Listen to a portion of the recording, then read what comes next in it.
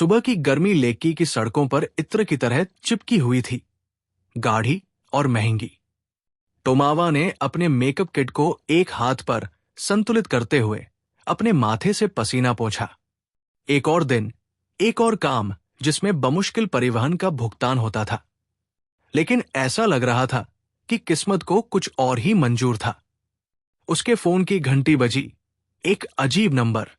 Miss तोमावा, आपसे विशेष रूप से होली रिवर मिनिस्ट्रीज निवास में लेडी रूथ एडू के लिए मेकअप संभालने का अनुरोध किया गया है। शाम 4 बजे तक वहां पहुंचे। तीखा। एक पल के लिए वो ठिठक गई। लेडी रूथ एडू, पादरी एजरा एडू की पत्नी, जिसकी नाइजीरिया के आधे लोग पूजा करते थे। वो व्यक्ति जिसकी आवाज से रेडियो गूंज उठता था, जिसका चेहरा बिलबोर्ड से नीचे उस दिव्य अर्ध मुस्कान के साथ दिखता था जो मुक्ति का वादा करती थी। इससे पहले कि उसकी जीभ परिणामों को समझ पाती, उसने हाँ कह दी। शाम तक वो हवेली के सामने खड़ी थी। संगमरमर की सफेदी, जिसके खंभे स्वर्ग को छूने के लिए काफी ऊंचे थे। अंदर हवा में गुलाब और पवित्रता की खुशबू आ रही थी। सब कुछ शांत था, बहुत उत्तम, बहुत पूर्वाभ्यास किया हुआ। लेडी रूथ दर्पण के सामने बैठी थी, सुंदर लेकिन खोखली आंखों वाली। आप तमावा है? उसने धीरे से पूछा। हाँ मां। अच्छा, मेरे पति को हर चीज दोषरहित पसंद है। रूथ के होठों पर पति का नाम स्नेह की तरह नहीं, बल्कि कर्तव्य की तरह लुढ़क गया। तमावा ने सिर हिलाया और काम पर लग गई। उसके ब्रश महिला के चेहरे पर फुसफुसा रहे थे, लेकिन आधे रास्ते में ही दरवाजा चरमराकर खुल गया। उसने प्रवेश किया। पादरी एजराइडू। हवा बदल गई। उसकी आवाज से पहले ही उसकी उपस्थिति से कमरा भर गया। उसकी सफेद शर्ट आस्तीन पर मुड़ी हुई थी, कॉलर ढीला था। उसकी आंखें टीवी पर देखे गए हर उपदेश से भी अधिक गहरी थी। वो मंद मंद मुस्कुराया।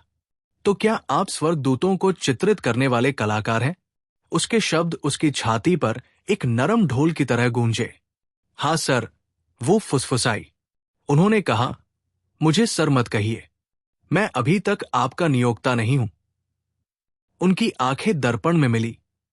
उसकी आंखें चौड़ी और अनिश्चित थी, उसकी शांति और अपठनीय। रूथ ने ध्यान नहीं दिया।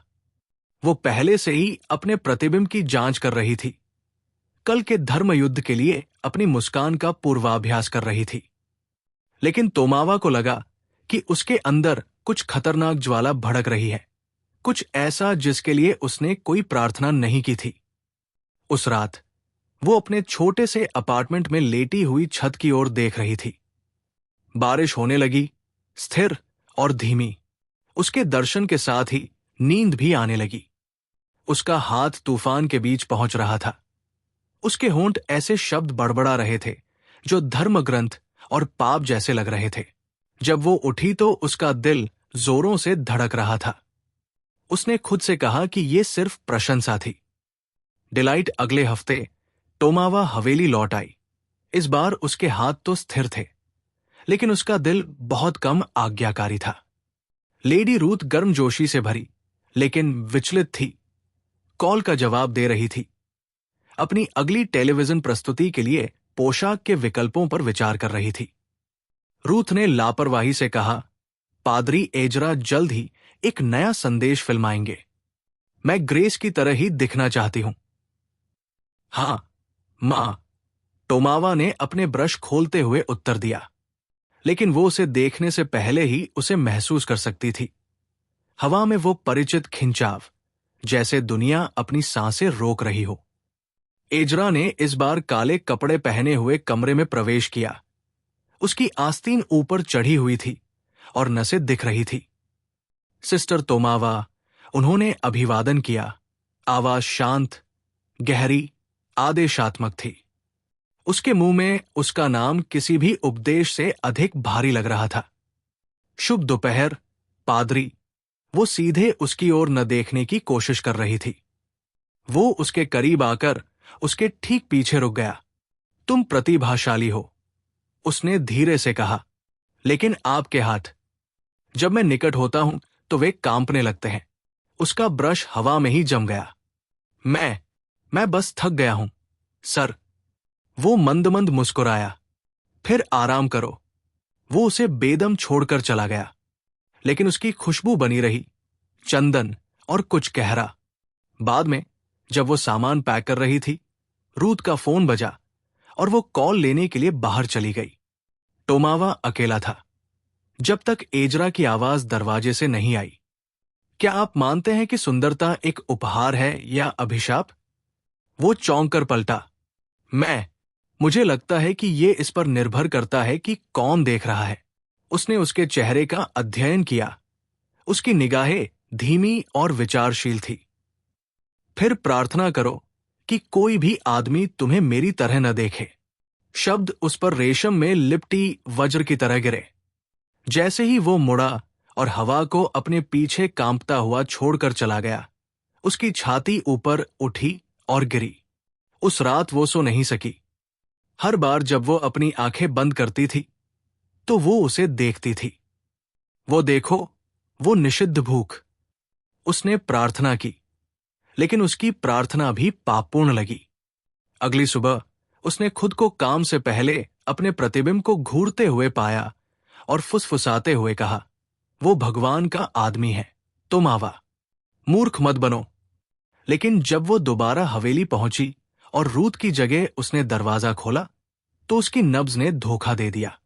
उन्होंने एक और हटते हुए कहा, लेडी रूथ स्टूडियो में है, लेकिन यदि आप भयभीत न हो तो मैं आपकी कंपनी का उपयोग कर सकता हूं। उसके होंठ तो खुले, लेकिन शब्द नहीं निकले। वो अंदर चली गई और दरवाजा उसके पीछे धीरे से बंद हो गया। उस शाम बारिश एक फुसफुसाहट के रूप में शुरू हुई, जो हवेली की ऊंची खिड़कियों से टकरा रही थी। रात होते होते बादल गरजने लगे, जोरदार, जंगली, क्षमा न करने वाला। अचानक बिजली गुल हो गई, जिससे गलियारे अंधेरे में डूब गए। टोमावा अतिथि कक्ष में अपने फोन की धीमी रोशनी के सहारे अकेली खड़ी थी। लेडी रूथ ने उस सुबह एक चर्च रिट्रीट के लिए यात्रा की थी।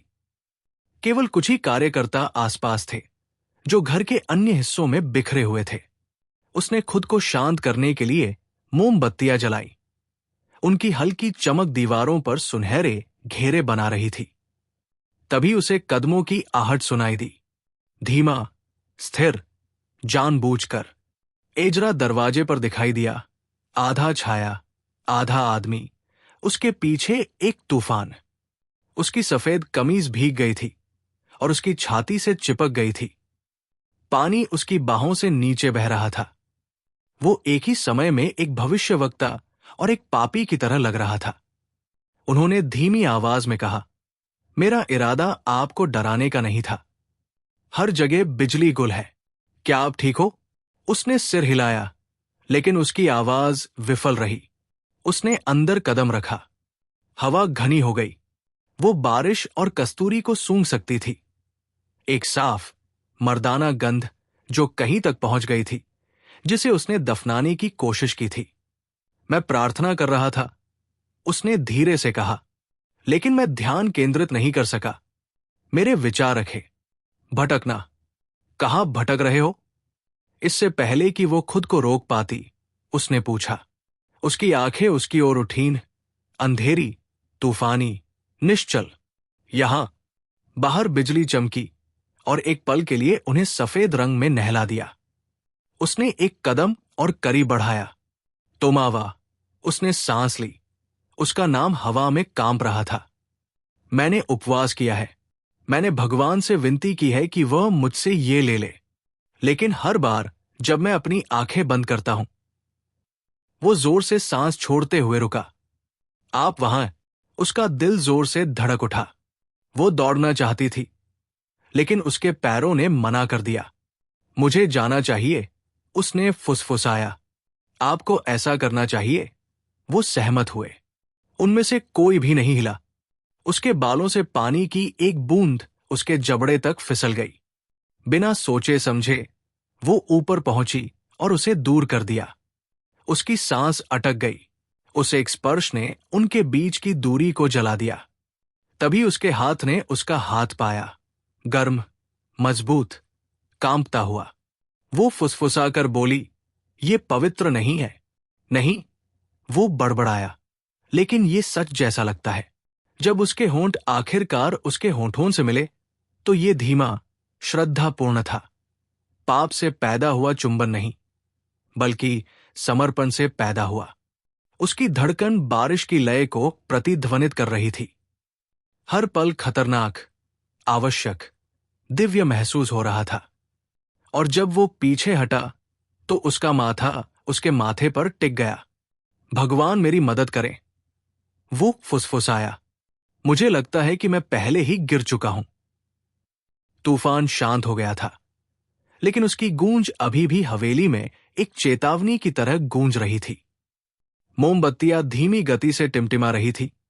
उनकी रोशनी फर्श पर कांप रही थी, जहां कपड़े बिखरे हुए थे। ये उस रात का सबूत था जिसकी योजना दोनों में से किसी ने भी नहीं बनाई थी। फिर भी दोनों बहुत लंबे समय तक मौन रहना चाहते थे। तमावा की त्वचा अभी भी स्मृतियों से जल रही है। जिस तरह से उसकी सांसें उसके कान से टकराई थी, जिस तरह से उसकी आवाज टूट गई थी जब उसने एक स्वीकारोक्ति की तरह उसका नाम फुसफुसाया था। प्रत्येक स्पर्श किसी गहरी चीज, प्रार्थना या क्षमा से परे किसी चीज की याचना थी। अब भोर पर्दों से होकर निकली, सुनहरी और क्रूर। वो बिस्तर के किनारे पर बैठी थी। सफेद चादर उसकी छाती तक खिंची हुई थी। उनके बीच की खामोशी में उसका दिल धीरे धीरे धड़क रहा था। एजरा खिड़की के पास खड़ा था, पीछे मुड़ा हुआ था। नरम चमक उसके नंगे कंधों को रेखांकित कर रही थी। उसकी बाइबल बिना पढ़े मेज पर खुली पड़ी थी। जब वो आखिरकार बोला तो उसकी आवाज धीमी और घायल थी। ये वो नहीं है जो मैं हूं। तमावा निगल गया, उसका गला सूख गया। तो फिर तुम कौन हो, एजरा? ईश्वर का एक आदमी जो भूल गया कि वो इंसान था, या एक ऐसा आदमी जिसे अंततः याद आ गया? वो मुड़ा, और तूफान के बाद पहली बार उसने उसकी आंखों में युद्ध देखा। इच्छा के विरुद्ध आस्था, सत्य के विरुद्ध अपराध बोध। उसने कहा, मैंने अपनी प्रतिज्ञा तोड़ दी है। उसकी आवाज लगभग कांप रही थी। और मैंने तुम्हें अपने पतन में खींच लिया है। वो धीरे धीरे उठी। चादर अभी भी उसके शरीर से चिपकी हुई थी। ऐसा मत कहो कि मैं ये नहीं चाहता था। मैंने किया, हर क्षण। उसकी आवाज नरम हो गई। आप कल पछता सकते हैं, लेकिन आज रात मत मिटाना। उसने उसे घूर कर देखा। उसके स्वर में ईमानदारी देखकर वो टूट गया। फिर उसने दूरी कम कर दी। उसका हाथ उसके चेहरे को ढूंढ रहा था, कोमल, कांपता हुआ, श्रद्धालु। तुम मुझे नष्ट कर दोगे, वो फुसफुसाया। शायद तुम्हें नष्ट करने की जरूरत है, उसने उत्तर दिया। शब्द उनके बीच भारी पड़े रहे। बाद में जब वो प्रार्थना में खड़ा था, तब उसने चुपचाप कपड़े पहने। उसके हाथ उसके दिल पर कांप रहे थे। उसके होंठ हिले, लेकिन शब्दों ने जाने से इनकार कर दिया। जब वो दरवाजे के पास पहुंची तो उसने उसका नाम पुकारा, तोमावा। वो घूम गया। उसने उसे ऐसे देखा जैसे कोई आदमी अपनी मुक्ति के कगार पर खड़ा हो। उसने धीरे से कहा, अगर मैं तुम्हें फिर कभी नहीं देख पाऊंगा तो जान लेना कि मैं पहले ही एक बार स्वर्ग देख चुका हूं, और ये आखिरी रात थी। उसकी सांसें अटक गई। वो बिना कुछ कहे चली गई।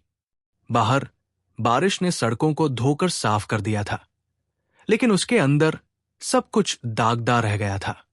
उसका स्वाद, उसकी आवाज, उसके हाथों के नीचे कांपती पवित्रता की अनुभूति। उस रात अपने छोटे से अपार्टमेंट में उसने प्रार्थना करने की कोशिश की। उसने अपना चेहरा, अपने होंठ, अपना शरीर धोने की कोशिश की, लेकिन पानी की हर बूंद एक अनुस्मारक की तरह महसूस हुई।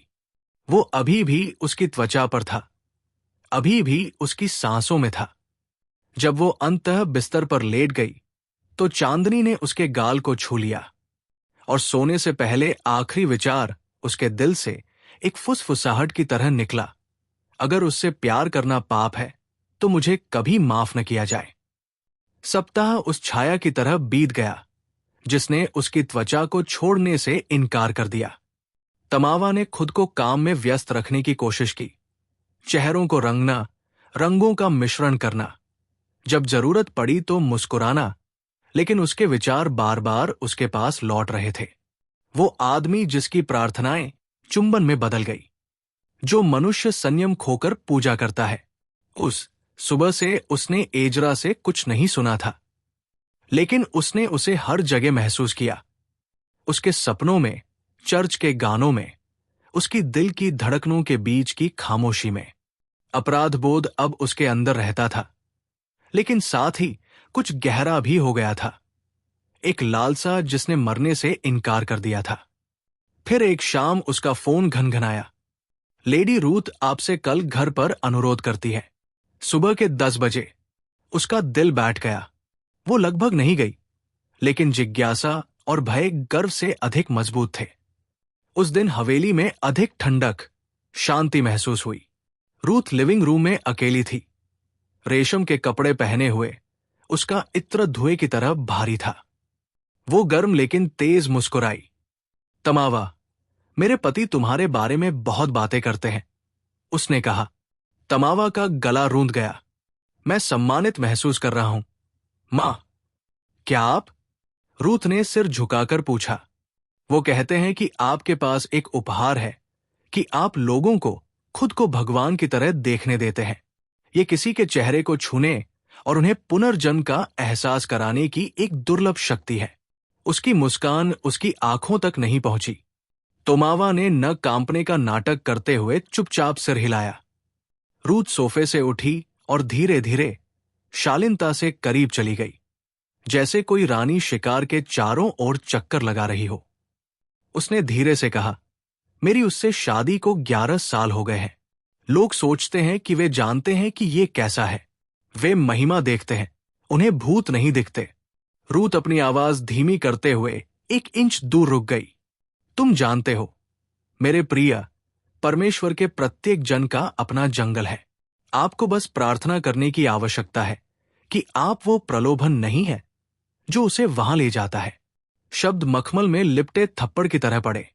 इससे पहले कि टोमावा जवाब दे पाता, एजरा कमरे में दाखिल हुई। उसकी अचानक उपस्थिति ने उसके सीने को कड़ा कर दिया। उसे शांत और परिपूर्ण अपनी पत्नी के पास खड़ा देखकर ऐसा लगा मानो पाप ने उसे कभी छुआ ही न हो। आह, रूथ ने मधुरता से मुस्कुराते हुए कहा, स्वयं देवदूत के बारे में बात करें। सुप्रभात। एजरा बुदबुदाया, लेकिन उसकी आंखें कुछ देर के लिए तोमावा की ओर चली गई, एक नजर, स्मृति और संयम से भारी। रूथ ने उसकी बाह को छुआ। मैं यहां बस आपके कलाकार को बता रहा था कि हम उसे पाकर कितने भाग्यशाली हैं। तुम्हें उसका उचित धन्यवाद करना चाहिए। मेरे पास पहले से ही है, उसने धीरे से कहा। इसके बाद चुप्पी छा गई, लंबी, तीखी, दम घूंटू। जब रूथ ने कॉल का जवाब देने के लिए खुद को माफ कर दिया, तो एजरा ने टोमावा की ओर रुख किया। उसकी आवाज फुसफुसाहट से थोड़ी ही ऊपर थी। तुम्हें नहीं आना चाहिए था। आपने उससे मुझे कॉल करने के लिए कहा। उसने कहा, मुझे नहीं पता। उसका स्वर टूट रहा था। उसे कुछ संदेह है। वो देख रही है। तो फिर आप अभी तक यहां क्यों हैं? उसकी आंखें चोट से चमक उठीं। क्यों दिखावा करते रहो? क्योंकि अगर मैं चला गया तो उन्होंने कहा, मैं सब कुछ खो दूंगा, मंत्रालय, घर, ये भ्रम कि मैं अभी भी भगवान का आदमी हूं। वो करीब आ गई। और मेरा क्या? उसने जोर से निगल लिया। आप कभी भी भ्रम का हिस्सा नहीं थे। तुम वो सत्य हो जिसके साथ या उसके बिना मैं नहीं रह सकता। उनकी आंखें बंद हो गई और एक खतरनाक दिल की धड़कन के लिए कमरा गायब हो गया। तभी रूथ के कदमों की आवाज गलियारे में गूंज उठी और वे दोनों पवित्रता के मुखौटे की ओर वापस आ गए जो उन्होंने पहना था। तमावा अपने औजार इकट्ठा करते हुए मुड़ी। वो फुसफुसा कर बोली, तुम हम दोनों को नष्ट कर दोगे। एजरा का उत्तर उस प्रार्थना की तरह आया जिसने मरने से इनकार कर दिया। मेरे पास पहले ही है। उस रात तोमावा सो नहीं सका। बारिश लौट आई उसकी खिड़की पर थपथपाने लगी, मानो उसका मजाक उड़ा रही हो। वो अंधेरे में बैठी थी, उसका दिल प्यार और अपराध बोध के बीच फटा हुआ था। और पहली बार उसे एहसास हुआ, उस घर में दो महिलाएं फंसी हुई थी। एक ने शादी की अंगूठी पहनी हुई है, दूसरे ने राज छिपा रखा है। एक ही पवित्र झूठ के दोनों कैदी। हवेली में उसकी आखिरी यात्रा के बाद के दिन कोहरे में छाया की तरह गुजरे, धीमे, भारी, जिनसे बचना असंभव था। तोमावा ने खुद को काम में डुबाने की कोशिश की, लेकिन हर बार जब कोई आदमी गहरी आवाज में बात करता था, हर बार उसे चंदन की गंध आती थी तो उसके हाथ कांप जाते थे। एजरा की याद उसे एक पाप की तरह सता रही थी, जो मिटने से इनकार कर रहा था। फिर एक सुबह, जैसे ही वो अपना फोन स्क्रॉल कर रही थी, उसका दिल रुक गया। स्कैंडल मोंडल के बीच लोकप्रिय पादरी ने इस्तीफा दिया। लेख में हर जगह उसका चेहरा, उसकी आवाज, उसकी स्वीकारोक्ति थी। उसने अपनी मंडली के सामने खड़े होकर कहा था, मैंने परमेश्वर के विरुद्ध नहीं, परंतु सत्य के विरुद्ध पाप किया है। मैंने एक ऐसा झूठ जिया है जिसकी पवित्रता इत्र की तरह है, और मैं अब इसके अंदर सांस नहीं ले सकता। उन्होंने कहा कि लोग रोए, अन्य लोग बाहर चले गए, मंत्रालय आधे में विभाजित हो गया, लेकिन वो बस यही सोच सकती थी कि आखिरकार उसने ऐसा कर ही दिया। उसने ईमानदारी को चुना, भले ही इसके लिए उसे सब कुछ चुकाना पड़ा। तोमावा अपने बिस्तर पर बैठी थी, उसके हाथों में फोन कांप रहा था। कई हफ्तों में पहली बार वो रोई, अपराध बोध के आंसू नहीं, बल्कि मुक्ति के आंसू। उसने उसके नाम का उल्लेख नहीं किया था, दोष नहीं बताया था, लेकिन उस स्वीकारोक्ति में प्रत्येक शब्द ऐसा महसूस हुआ जैसे ये उसके लिए लिखा गया था। दिन सप्ताहों में बदल गए। उसे टीवी पर दोबारा देखने की उम्मीद थी, एक बयान, सार्वजनिक माफी की उम्मीद थी, लेकिन वो गायब हो गया। किसी को नहीं पता था कि वो कहां गए। घर बिक गया, रूथ लंदन चली गई, और दुनिया ऐसे आगे बढ़ी मानो पवित्रता उस संगमरमर के महल में कभी पड़ी ही न हो। लेकिन तोमावा आगे नहीं बढ़ सका।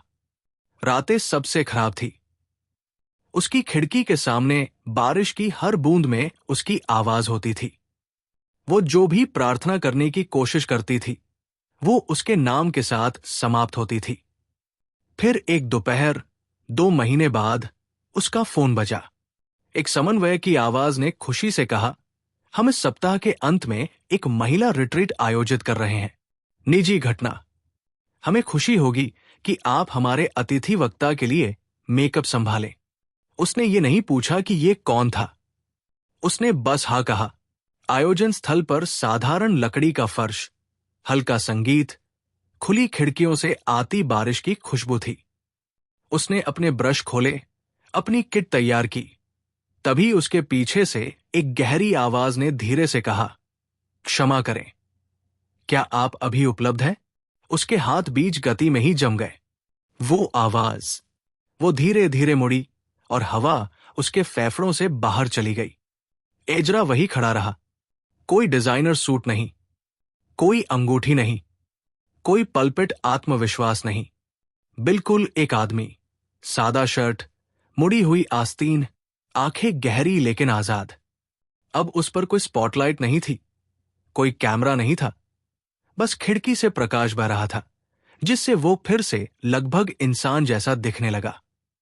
बहुत देर तक दोनों में से कोई कुछ नहीं बोला। फिर वो एक फुसफुसाहट में कामयाब रही। मैंने सोचा था कि मैं तुम्हें फिर कभी नहीं देख पाऊंगा। वो मंद मंद मुस्कुराया। मैंने सोचा कि मैं इसके लायक कभी नहीं बनूंगा। उसका गला रूंध गया। आप गायब हुए। उन्होंने कहा, मुझे करना पड़ा। कुछ भी वास्तविक पाने से पहले मुझे सब कुछ खोना पड़ा। मंत्रालय, हवेली, मुखौटा, इसमें से कोई भी अब मायने नहीं रखता। उसकी आंखें नम हो गई।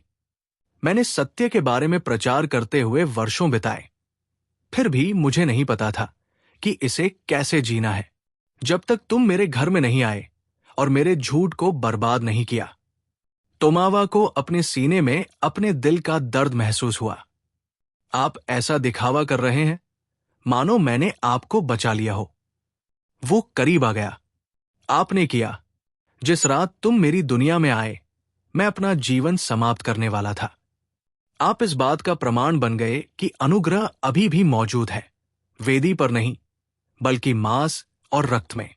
उसकी आंखों में आंसू आ गए। वो उसके गाल पर उंगलियां फेरते हुए आगे बढ़ा। सौम्य, कांपता हुआ, श्रद्धे। वो फुसफुसाए, मुझे माफी नहीं चाहिए। मैं बस इतना चाहता हूं कि आप उस आदमी को देखें जो मैं बन गया हूं, बिना लबादे के, बिना ताकत के, बिना झूठ के। उसने उसका हाथ अपने हाथ में ले लिया। उसका अंगूठा उसकी हथेली का पता लगा रहा था, जैसे वो उसकी त्वचा पर लिखी प्रार्थना पढ़ रही हो। और अब तुम मुझसे क्या चाहते हो? वो थोड़ा ईमानदारी से मुस्कुराया। एक मौका, इस बार प्रेम का उपदेश देना नहीं, बल्कि उसे जीना है। उसके बाद जो शांति आई वो कोमल, पवित्र थी। फिर वो उसकी बाहों में चली गई। कोई डर नहीं, कोई अपराध बोध नहीं, कोई दिखावा नहीं। बस दो टूटी हुई आत्माएं जिन्होंने अंततः सच्चाई से भागना बंद कर दिया था। बाहर आसमान में फिर से अंधेरा छा गया। भारी बारिश हुई। उसने उसका हाथ पकड़ा और उसे उसके नीचे से बाहर ले गया। उन पर पानी डाला गया, दुनिया को साफ किया गया, उनके घावों को मौन में बपतिस्मा दिया गया। जब उसने उसे चूमा तो वो पहले की तरह हताश नहीं था। ये धीमा, निश्चित, एक प्रकार का चुंबन था जिसका स्वाद समर्पण जैसा था। जैसे ही बिजली की गड़गड़ाहट दूर तक हुई, उसके हाथ ने उसके चेहरे को पकड़ लिया और वो उसके होठों पर फुसफुसाया, इस बार मैं भगवान से तुमसे प्यार करने के लिए, मुझे माफ करने के लिए नहीं कह रहा हूं। मैं उसे मुझे अनुमति देने के लिए धन्यवाद दे रहा हूं। और लंबे समय में पहली बार तमावा को पाप जैसा महसूस नहीं हुआ, उसे मोक्ष जैसा महसूस हुआ।